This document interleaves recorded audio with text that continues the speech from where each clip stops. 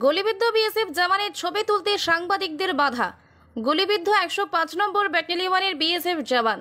ত্রিপুরার ধলাই জেলা কমলপুর মহকুমার ভারত বাংলাদেশ সীমান্তের আমতলী বিওপি সংলগ্ন এলাকায় সোমবার দুপুর আনুমানিক 12টা নাগাদ এই ঘটনাটি ঘটেছে। কর্তব্যরত বিএসএফ জওয়ানের বুকে গুলি লেগেছে। আহত বিএসএফ জওয়ানের নাম বি অরুণ দিলীপ, বয়স আনুমানিক 40 বছর। ঘটনার পর অন্যান্য বিএসএফ জওয়ানরা তড়িঘড়ি তাকে চিকিৎসার জন্য কমলপুর মহকুমা হাসপাতালে নিয়ে আসলে তার অবস্থা গুরুতর হওয়ায় তাকে ত্রিপুরার প্রধান রেফারেল হাসপাতাল আগরতলা জিবিপি হাসপাতালে প্রেরণ করা হয়েছে। এদিকে কিভাবে বিএসএফ জওয়ানের গুলিবিদ্ধ হওয়ার ঘটনা ঘটল সে বিষয়ে মুখ খুলছেন না বিএসএফ আধিকারিকেরা।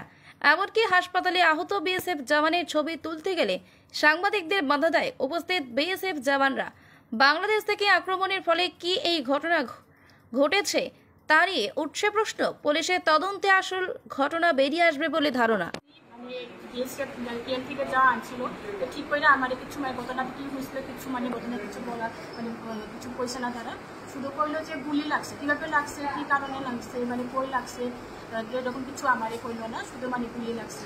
তো গুলি আমি চিন্তা পাইলাম বুকের উপরে লেফট সাইডে মনে হচ্ছে সামনে দিয়ে সামনে দিয়ে ঢুকছে, পিছন দিয়ে বাইরেছে, এরকম লাগতেছে। নাম জানেন? নাম বি অরুণ দিলীপ। কয়টার সময় আসলো? আমরা এখানে যখন আইলো তখন 12টা 25। তাকে কি রেফার করা হয়েছে? হ্যাঁ, রেফার করা হয়েছে। কন্ডিশনটা ভালো না, আমরা আগরতলা জিবিতে রেফার করছি। জিবিতে। Thank you.